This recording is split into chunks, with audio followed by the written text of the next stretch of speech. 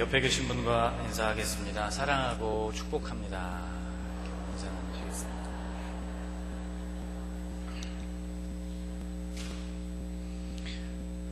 초복이 지나서 무더위가 아주 기세를 떨치고 있습니다. 여러분 주 안에서 강건하시기를 바라고 하나님이 붙들어 주시는 힘으로 그 능력으로 승리하시기를 축복합니다.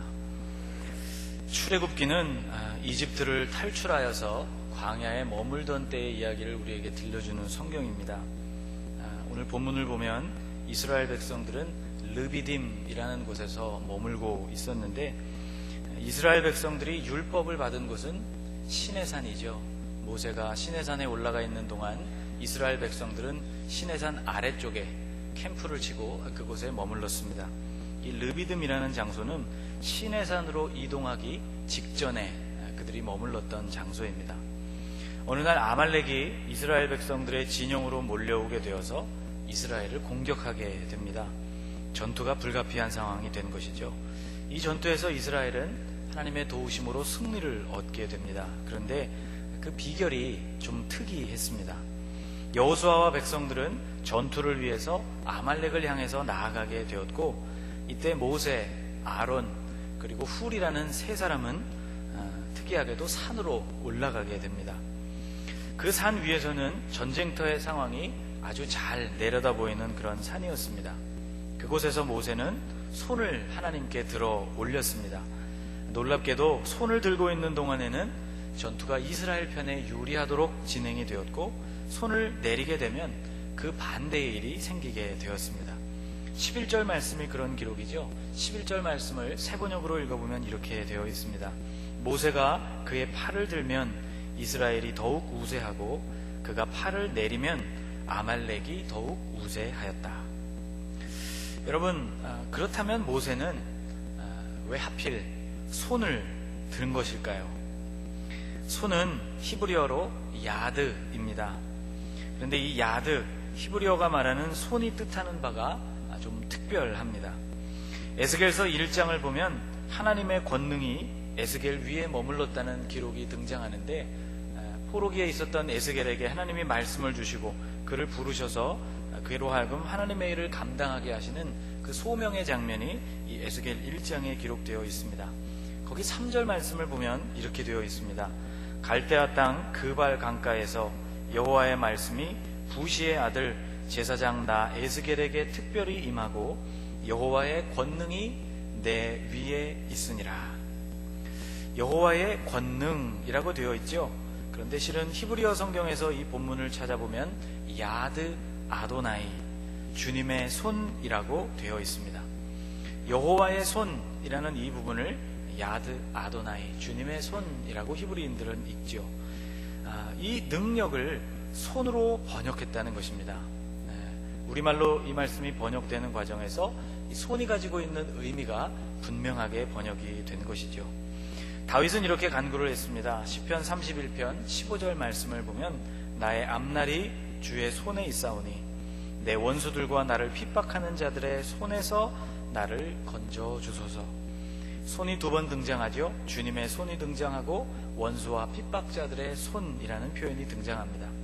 이것은 능력을 상징하는데, 주님의 손, 곧 주님의 힘과 능력으로 원수들의 힘과 능력에서부터 나를 건져 주십시오 하는 그러한 기도가 바로 이 기도인 것입니다.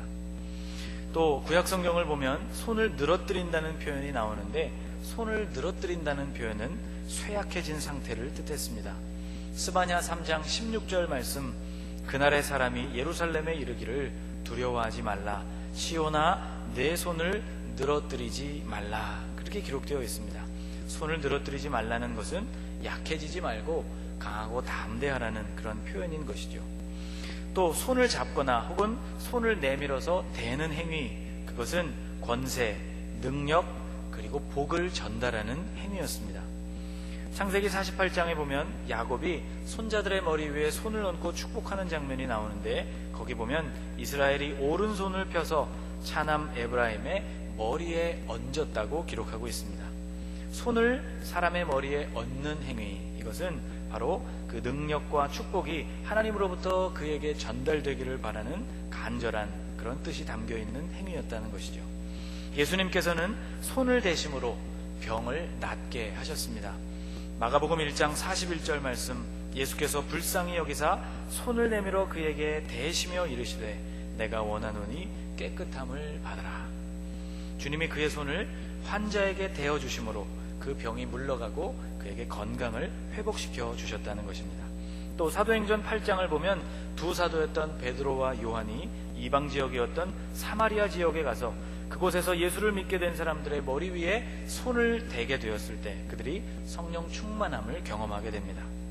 손은 바로 이런 의미를 가지고 있는 것이죠. 여러분, 능력을 뜻하는 이 손, 그렇다면 이 능력을 뜻하는 손을 위로 들어 올렸다는 것은 무슨 뜻일까요?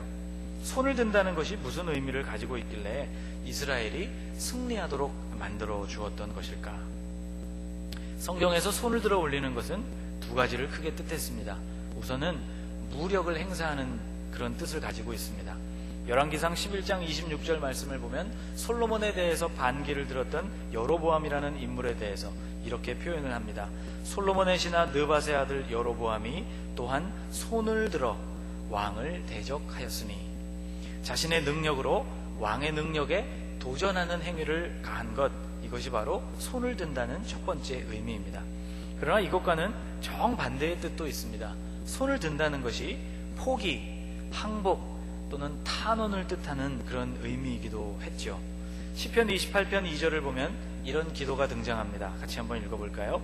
내가 주의 지성소를 향하여 나의 손을 들고 주께 부르짖을 때에 나의 간구하는 소리를 들으소서. 주님이 계신 곳을 향해서 손을 들었다는 것은 주님께 도전하겠다는 의미가 아니라 주님 앞에서 내가 온전히 항복하고 주님의 도우심을 구한다는 그런 의미가 되는 것입니다. 자, 오늘 본문에서 모세는 자기가 손을 들어 올렸던 이유를 친히 설명을 해주고 있습니다. 바로 16절 말씀입니다. 이르되 여호와께서 맹세하시기를 여호와가 아말렉과 더불어 대대로 싸우리라 하셨다 하였더라. 이 말씀 안에 모세가 손을 들었던 이유가 어디에 나와 있는가? 여러분, 성경 밑에 줄을 보시면 16절 앞부분을 이렇게도 해석할 수 있다고 되어 있을 것입니다. 찾으셨나요? 그 밑에 있는 것을 한번 같이 읽어보겠습니다. 여호와의 보좌를 향해 손을 들었으니, 여호와께서 맹세하시기를 이라는 부분을 여호와의 보좌를 향해서 모세가 손을 들었기 때문에 라고도 해석할 수 있다는 것이죠. 모세가 손을 들었다는 의미가 여기 아주 잘 드러나 있습니다. 모세가 손을 들어 올렸다는 것은 상징적인 행동으로 하나님의 보좌, 그 능력의 보좌를 향해서 손을 뻗었다는 뜻입니다. 보좌에 앉으신 하나님을 신뢰한다는 표현이요, 그 하나님께 항복한다는 표현이며, 또 보좌에 앉으신 그 하나님으로부터의 도움을 간절히 원한다는 그런 뜻이었습니다. 이것을 우리가 보통 기도라고 말합니다. 그런데 우리가 이것을 기도라고 말할 수 있다면 그 기도의 의미는 이런 의미가 되는 것입니다. 나의 능력 없음을 인정하고 하나님의 능력을 사모하며 주님의 도우심을 간절히 바라는 행위, 이것이 바로 손을 드는 것 가운데 드러난 기도의 의미입니다. 모세는 그 전쟁이 하나님께 달려있다는 사실을 아주 잘 알았습니다. 여러분, 당시 이스라엘 백성들은 르비딤에 머물고 있었다고 했는데 이때는 이집트를 탈출해서 광야로 나온 지 채 석 달도 되지 않았던 시점이었습니다. 지난 430년 동안 그들이 살아왔던 삶은 노예와 같이 이집트 사람들의 지배 아래에서 중노동을 하면서 살았던 그런 사람들이죠. 전투를 배운 경험도 없고 해보았던 경험도 없는 사람들, 전투와는 전혀 거리가 먼 사람들이었습니다. 그러므로 모세는 주님이 싸움터에 나간 그 주님의 백성들을 돕지 않으시면 절대로 승리할 수 없다는 것을 누구보다도 잘 알았던 것이죠. 그래서 그는 주님께 손을 높이 들어 올린 것입니다. 사랑하는 여러분, 위기와 어려움을 만나셨습니까? 주님 앞에 손을 드실 수 있기를 축복합니다. 주님의 보좌 앞으로 여러분의 두 손을 번쩍 들어 올리시기를 바랍니다. 모세가 손을 들어 올리고 있는 동안, 즉 하나님께 탄원하고 간구하고 있는 그 동안에는 이스라엘이 승리를 거두었습니다. 그런데 문제가 있었죠. 팔을 계속 들고 서 있기가 어려웠던 것입니다. 여러분, 학창시절에 손 들고 벌 서보신 경험이 아마 한 번쯤은 다 있으실 텐데 그때를 한번 기억해 보십시오. 처음에는 자신 있게 팔을 들어 올리지만 조금만 시간이 지나면 팔이 점점 떨리기 시작하고 내 힘으로 이 팔을 들고 있을 수 없을 만큼 팔의 무게가 그만큼 무겁게 느껴지는 피로감이 몰려올 때가 도래하게 되는 것이죠. 모세가 그랬습니다. 손을 계속 올리고 있기가 점점 어려워졌고 힘이 들면 잠깐 손을 내려야만 하는 상황이 생긴 것이죠. 11절 말씀이 바로 그런 뜻입니다. 모세가 손을 들면 이스라엘이 이기고 계속 손을 들고 있을 수 없어서 지쳐서 손을 잠깐 내리게 되면 아말렉이 이겼다는 것이죠. 그런데 여러분, 우리가 아는 것처럼 전쟁이라는 것이 몇 시간 만에 짧게 끝나는 것이 아니었습니다. 오늘 본문에 의하면 해가 질 때까지 그 전투가 계속되었다고 말하고 있는데 전투는 끝나지 않고 계속되었고 팔을 들고 있는 모세는 점점 피로해졌다는 것입니다. 급기야 팔을 드는 것 자체가 불가능해질 만큼 피로가 누적되는 상황이 찾아옵니다. 12절 말씀 앞부분에 이렇게 기록되어 있습니다. 모세의 팔이 피곤하네. 여러분, 모세의 팔이 피곤했다는 이 기록 속에서 우리는 우선 영적인 교훈 한 가지를 얻게 됩니다. 그것은 기도가 결코 쉬운 일이 아니라는 것이죠. 기도가 결코 만만한 것이 아니라는 것입니다. 기도는 중노동이고 피곤한 일입니다. 기도를 계속 이어간다는 것, 그것이 얼마나 어려운지 기도해보려고 한 사람은 그 어려움을 잘 압니다. 이스라엘이 승리를 얻기 위해서는 모세의 손이 내려와서는 안 되었습니다. 모세와 함께 산에 올라간 사람들은 바로 이것이 고민이 되었다는 것이죠. 어떻게 하면 모세의 손이 그 들어올린 곳에서부터 내려오지 않고 계속 머물 수가 있을까? 그것을 생각했습니다. 모세의 손이 올려져 있는 그것이 전쟁의 성패를 좌우하는 아주 중요한 일이라는 것을 그들은 알았기 때문에 그들은 필사적으로 고민을 했던 것이죠. 고민하고 생각하던 그들은 마침내 방법을 찾아냅니다. 돌을 하나 가지고 옵니다. 그리고 그 위에 피곤한 모세를 앉히고, 그리고 자신들은 모세의 팔을 이쪽 저쪽 양쪽 편에 서서 한쪽씩 팔을 붙들고 서 있기로 한 것이죠. 그래서 모세의 팔은 날이 저물 때까지 내려오지를 않았습니다. 12절이 바로 그러한 기록입니다. 같이 한번 읽을까요? 모세의 팔이 피곤하매 그들이 돌을 가져다가 모세의 아래에 놓아 그가 그 위에 앉게 하고 아론과 훌이 한 사람은 이쪽에서 한 사람은 저쪽에서 모세의 손을 붙들어 올렸더니 그 손이 해가 지도록 내려오지 아니한지라. 아멘. 여러분, 우리는 이곳에 숨어있는 이 짧은 12절 말씀 안에 들어있는 두 사람의 고민, 아론과 훌의 고민, 그 고민의 흔적을 우리는 읽을 수 있어야만 합니다. 여러분, 승리를 얻고 싶으시죠? 별로 승리 얻고 싶지 않으십니까? 우리 모두의 고민이 이것일 것입니다. 영적으로 우리가 어떻게 하면 승리를 얻게 될 것인가? 여러분, 승리를 얻고 싶다면 기도가 지속되도록 해야 합니다. 물론 이것이 쉽지 않죠. 기도는 방금 말씀드린 대로 중노동이고 지치기가 쉬운 과정이기 때문입니다. 그렇기 때문에 우리는 고민해야 하고 생각해야 하고 머리를 짜내야 하는 것이죠. 어떻게 하면 들어올려진 이 기도의 손이 내려오지 않도록 할 수 있을까? 우리는 그것을 고민하고 또 고민해야 합니다. 기도가 뚝뚝 끊어지고 계속 이어지지 않는데도 우리가 경각심을 갖지 못하는 이유가 있습니다. 손을 들어 올려 기도할 때 우리의 삶에 승리가 임한다는 것을 분명히 알고 있지만 그렇게 할 수 없는 이유가 어디에 있는가? 손을 들어 올리는 것, 다시 말해 기도가 절대적으로 중요한 최우선순위라는 사실을 우리는 실제로 인정하고 있지 않기 때문에 그렇습니다. 물에 빠진 사람은 지푸라기라도 잡는다, 그런 말이 있죠. 여러분, 지푸라기를 잡는 것, 쑥쑥 빠져나오는 지푸라기를 잡아서 물에서부터 빠져나올 일이 없습니다. 그런데 그 일이 불가능하다는 것을 알고 있지만 물에 빠진 사람에게는 그 지푸라기라도 잡고 싶은 마음이 있는 것이죠. 왜입니까? 빠진 물에서부터 탈출해서 살고 싶다는 마음이 간절하기 때문입니다. 우리가 이런 간절한 마음으로 기도를 사모하지 못하는 이유는 어쩌면 내가 이 어려운 일들을 계속 경험하고 지나가도 나는 괜찮을 것이라는 생각을 하기 때문인지도 모릅니다. 기도가 나의 삶을 살릴 수 있다는 분명한 확신이 우리에게 없기 때문이죠. 여러분, 손을 들어 올리는 일이 승리를 좌우한다는 확신이 우리에게 강하면 강할수록 어떻게 이 일을 할 수 있을까에 대한 고민의 깊이도 깊어져야 정상일 것입니다. 여러분, 손을 들면 하나님께서 승리를 주십니다. 그런데 이것은 하나님이 하시는 일입니다. 우리가 손을 들면 하나님께서 승리를 주시는 것, 그것은 하나님이 하시는 일인데, 문제는 손을 들어 올리는 것, 그리고 그것을 계속 유지하는 일, 이것은 우리의 몫이라는 것입니다. 그러므로 사랑하는 여러분, 어떻게 하면 손이 피곤하여서 아래로 내려오지 않고 계속 들어 올려진 채로 머물 수 있을까 하는 이런 복된 고민을 여러분 하실 수 있기를 축복합니다. 바울은 쉬지 말라고 했습니다. 데살로니가전서 5장 17절 말씀, 여러분 예배실을 올라오실 때 또 내려가실 때 늘 보게 되는 성경 말씀 구절이죠. 쉬지 말고 기도하라고 권면해주고 있습니다. 기도에 있어서만큼은 쉬어서는 안 된다는 경고인 것이죠. 시험 기간에도 기도는 쉬어서는 안 되는 것입니다. 제가 신학교를 다닐 때 점심시간 때마다 기도를 했습니다.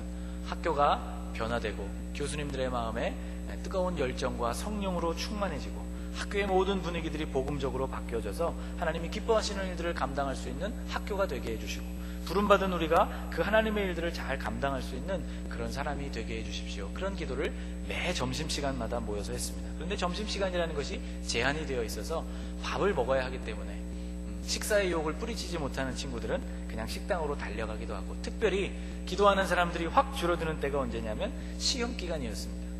그래서 그런 유행어가 탄생했습니다. 시험기간에 시험 들지 말자. 여러분, 시험기간에도 기도는 쉴 수 없는 것입니다. 휴가 기간에도 기도는 쉴 수 없는 것이죠. 어떻게 하면 끊임없이 이 기도를 우리가 이어갈 수 있을지를 그러므로 여러분 고민하고 연구하시는 것, 이것이 여러분의 삶을 살게 만드는 핵심적인 문제입니다. 그래도 모세는 행복했습니다. 이 문제를 진지하게 함께 고민해주는 사람들이 옆에 있었기 때문이죠. 여러분, 오늘 여러분 옆에는 어떤 사람들이 있습니까? 아말렉, 우리를 위협하는 이 아말렉은 오늘도 존재합니다.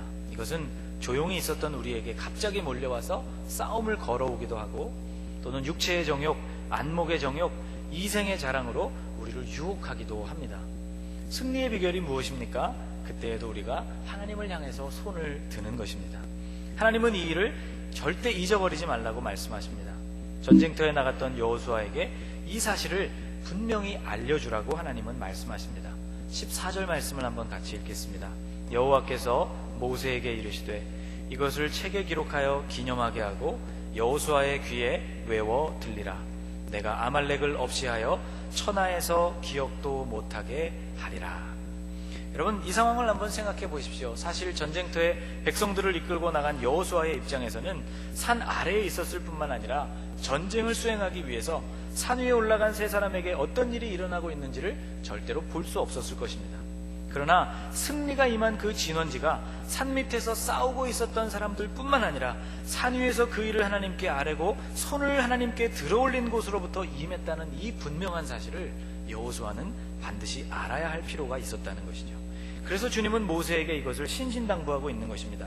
하나님은 여호수아에게 이 일을 절대로 잊어버리지 말라고, 책에 기록하여 잊어버리지 않도록 하라고, 또 완전히 귀에 그것이 박히도록 외워서 그에게 그것을 들려주라고 말씀하고 계신 것입니다. 여러분, 우리는 기억해야 합니다. 우리가 하나님께 손을 들 때에만 승리할 수 있다는 사실을 기억해야 하고, 또 하나 누군가의 기도가 있었기 때문에 오늘 우리가 승리하고 있다는 사실을 기억해야 하는 것입니다. 히브리서 기자는 이렇게 우리에게 충고해주고 있습니다. 그러므로 피곤한 손과 연약한 무릎을 일으켜 세우고. 여러분, 주님께 올렸던 그 손이 피곤해졌다면, 기도하던 그 무릎이 연약해졌다면 우리는 다시 손을 들어 올려야 하고, 피곤한 무릎, 연약해진 그 무릎을 다시 바닥에 대야만 할 것입니다. 사랑하는 여러분, 손을 들어 올렸다가 힘들어서 다시 내리셨습니까? 다시 들어 올리실 수 있기를 바랍니다. 피곤해도 그 기도의 손이 내려오지 않도록 계속해서 그곳에 머물 수 있는 그러한 마음을 갖추셔야 할 것이고, 그렇게 할 수 있는 여러분만의 방법을 찾으실 수 있기를 주님의 이름으로 축복합니다. 기도하겠습니다.